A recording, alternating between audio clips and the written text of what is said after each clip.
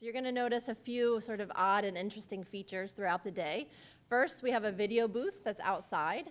We're going to ask you throughout the day to go to the video booth and share your thoughts about two things. One, what was the most important takeaway that you took away from today? And two, what advice would you give to a young person today about how they can get gritty? So that's the video booth outside. Next to us here, we have a gentleman named Johnny Goldstein. He is a mind mapper of sorts, and so he's going to be taking all of the ideas, themes that come out of our discussion today and turning them into words and pictures and putting them up throughout the room throughout the day. So you're welcome to take pictures of those, share them, tweet them, and he's also going to be sharing those pictures with us after the event. Restrooms are down the hall, all the way down the hall, and there's coffee and refreshments here in the room for you. So I think that was all the housekeeping, right? I think so. Okay.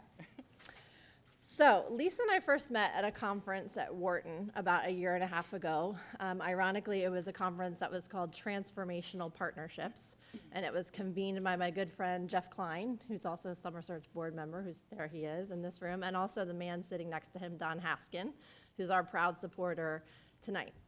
So Lisa talked that day in her typical sort of no-nonsense fashion. If you guys know Lisa, you know she's no-nonsense. And she talked about the power of partnership, and she talked about how we have a responsibility to take boutique ideas and make them bigger and better. We have a responsibility to our kids. She said that partnerships could change the world. I was frankly a little bit intimidated, but I went up to her after, and I said, I want to help you change the world. And she's no nonsense, but she's warm.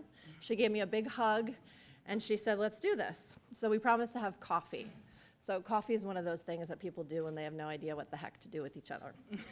So we did. We had coffee, and she had quinoa. And this was the first time that we realized that our partnership, we were not always going to agree. She taught me how to pronounce it. I can't stand the stuff, and every time I see her, she seems to be eating it. I like quinoa. Yeah, she does. So we had coffee. It was your standard coffee. She said, you should talk to this person. You should try this idea. But it wasn't until we found ourselves together again in New York, again, convened by city, that things really started to take shape. So it was during our lunch break, I think you were eating quinoa again, that I pitched to her this idea. It was a budding idea. The school district at that time had just announced what was going to be, at the time, 27 schools closing and nearly 4,000 staff being laid off, and everyone was reeling from this desperate situation, and you all remember that time. The headlines at the time read doomsday and catastrophic. We were wondering, how are our city's most vulnerable kids who are already facing enormous struggles, how are they going to make it through a public school system with no guidance counselors and padlocks on the libraries? Along with all of you, Lisa and I were watching this. In the halls of the Summer Search office, we said to each other, the only thing that's going to get our kids through this time is grit and resilience. And that's what I said to Lisa that day.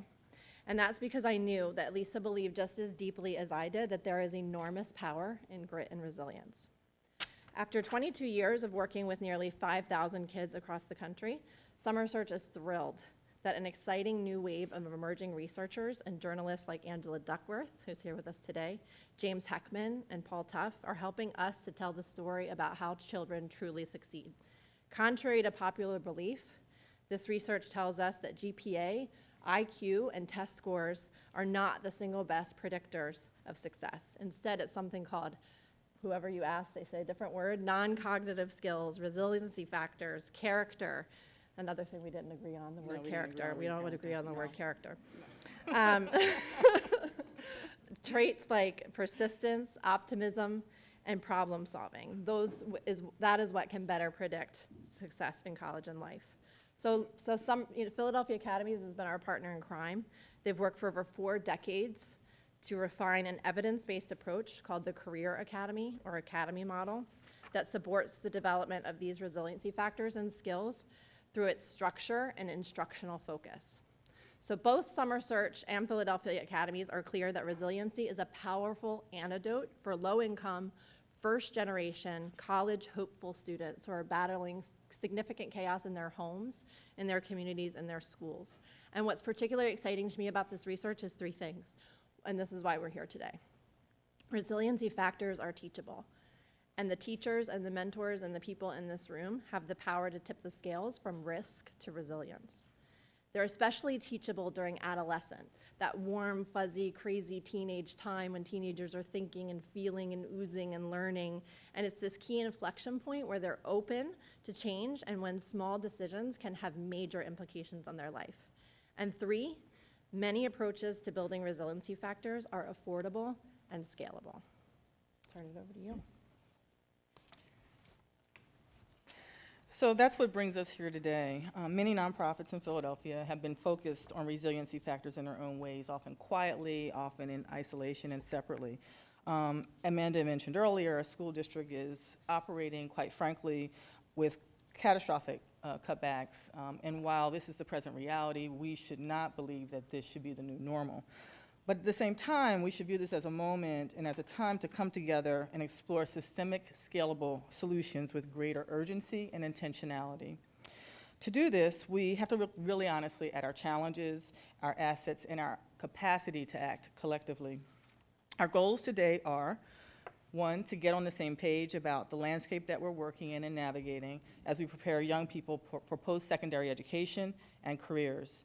2, to increase awareness about grit and resiliency factors and the role that they do and can play in our practice. And 3, and this is really important because this isn't your average convening, develop actionable ideas for intentionally using the development of grit and resiliency to support a college-going culture in our community and move these ideas to scale. We have chosen the design thinking framework as a problem-solving process because it allows you the freedom to think big, but it also forces you to think collaboratively. In the words of the global design firm IDEO, design thinking is a deeply human process that taps into abilities we all have, but get overlooked by more conventional problem-solving practices. It relies on our ability to be intuitive, to recognize patterns, to construct ideas that are emotionally meaningful as well as functional, and to express ourselves through means beyond words or symbols. Nobody wants to run an organization on feeling and intuition and inspiration, but an over-reliance on the rational and analytical can be just as risky.